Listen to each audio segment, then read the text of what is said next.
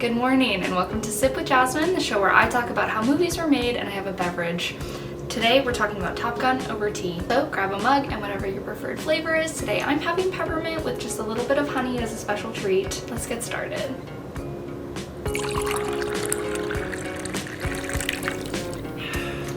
Widely regarded as a classic, Top Gun is a thrilling feature and a relic of the golden age of action films that emerged from the 1980s. The film follows Pete Maverick Mitchell, played by Tom Cruise, on his journey through Top Gun, a naval fighter pilot training program. Maverick's high-flying skills and aggressive approach earns him both the respect and wariness of his peers. He's talented but risky. During the program, he competes against Iceman, played by Val Kilmer, for the coveted Top Gun award, which is given out at the end of the program. However, Maverick's risky maneuvers result in the accidental death of his friend Goose, played by Anthony Edwards, who hits his head during emergency ejection. Afterwards, the Top Gun graduates are immediately deployed, during which Maverick has to work with former rival Iceman in order to save him and complete the mission. This helps Maverick to regain his confidence and let go of the guilt that he harbored over Goose's death. Throughout this, Maverick engages in a romance subplot with Charlie, played by Kelly McGillis, who is a civilian instructor at Top Gun. The film first started development in America in 1983 after producers Jerry Bruckheimer and Don Simpson found an article written by Ehud Yonay in California Magazine. The article followed a pilot Yogi and his RIO, or Radar Intercept Officer, in the Navy Fighter Weapons School. Inspired by the article, Bruckheimer brought it to Simpson and they decided to turn it into a movie.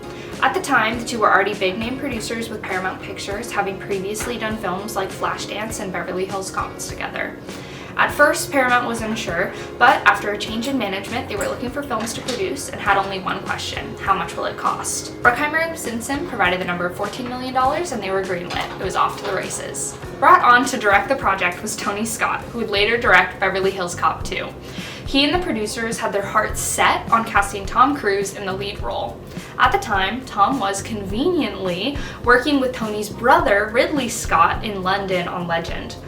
Tom Cruise was sent an early version of the script in 1983, but was unable to pay him much attention given that he was shooting another film at the time. Finally, having the time to meet with the production team and read through the script, Cruise was immediately on board, driven by the action and Tony Scott's passion for the project. Despite his excitement for the project, Tom Cruise had a few stipulations. He wanted to be involved in the script meetings, wanted marketing consultations, and Paramount had to agree that not only would he be able to fly an F-14 plane, but they had to keep some of the footage of him actually flying it in the movie. Initially, some of the writers and crew were a little put off by having Tom in the meetings, but after he made sure to clarify that he knew that they were the experts and that he was just there to watch and learn, they were soon put at ease. Once Paramount agreed, Tom headed back to California to start work on development and the script. Given the production was set on using as few models and visual effects as possible, it was imperative that the cast receive training to ensure that they were safe in the air. The cast shadowed pilots at the Marine Corps Air Station in Miramar, where some of the film is set. Kelly McGillis followed Christine Fox, a civilian employee at the station, in order to learn about her character, Charlie. The cast also did a 3-day intensive physical training program, which included ejection training, water survival, and high-altitude training. The ejection training involved a simulated ejection. In case anything went wrong in the air, they were prepared to eject safely. And in case the ejection happened over a body of water or an emergency landing was needed on water, water survival was key. The men were trained to escape flooded cockpits and disconnect from drowned parachutes. High-altitude training showed the cast the symptoms of oxygen depletion so that they would be able to recognize them in case of emergency. Every morning before shooting was a 1 to 2 hour pre-flight briefing, during which they would walk the pilots and the cast through the maneuvers that they would be completing that day. Since it's difficult to direct actors in a plane, this is also when they would instruct the actors on what lines to say or what actions to do during each maneuver. The pilots were the one in charge of the cameras and the cassette recorder for dialogue, turning them on and off. The planes were specially outfitted with cameras in the cockpit, under the wings, under the belly of the plane, and one on the tail of the plane. During the filming on the aircraft carrier, the cast and crew were extremely fatigued. Planes would land during the night, and the food was apparently subpar. Given the circumstances of the shoot requiring advanced piloting, not receiving proper rest could be incredibly dangerous. This location also contained the most expensive shot of the film. Tony Scott was determined to get a shot of a plane taking off and landing with backlighting from the sun. You've seen it, it's very famous, it did make it into the movie. But while the plane was in the air, the carrier moved off course, which changed the lighting.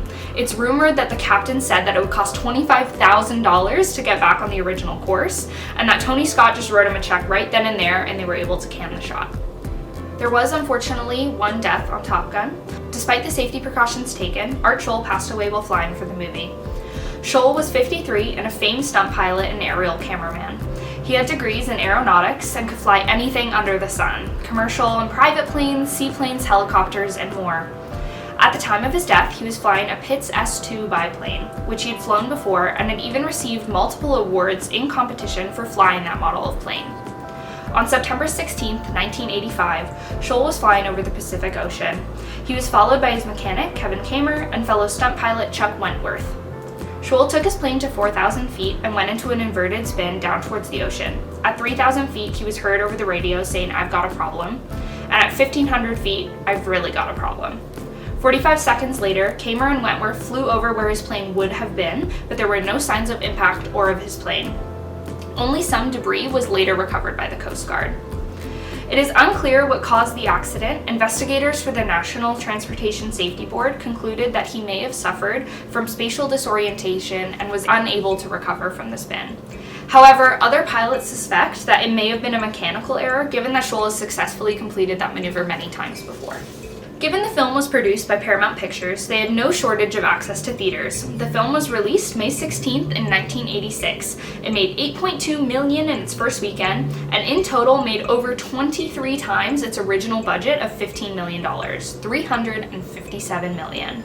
It opened in 1,028 theaters for an average runtime of 26 weeks. It was released to home video in 1998, and in 2013, the film was re-released in IMAX and 3D. Top Gun won the Academy Award for Best Original Song with Take My Breath Away. It was additionally nominated for Best Sound Effects Editing, Best Film Editing, and Best Sound. It was also nominated for a Grammy for Harold Faltermeyer's Top Gun Anthem. Considered a popcorn movie, the film was met with impressive audience response but only mixed critical reviews, given that it had a relatively predictable plot. It was lauded across the board, though, for its well-choreographed air fights and one of the highest-selling soundtracks of all time. The film was added to the National Film Registry in 2015 for being culturally, historically, and/or aesthetically relevant.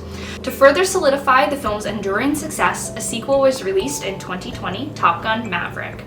The sequel earned $1.5 billion in the box office and was viewed as a beacon of hope for movies during the COVID-19 pandemic.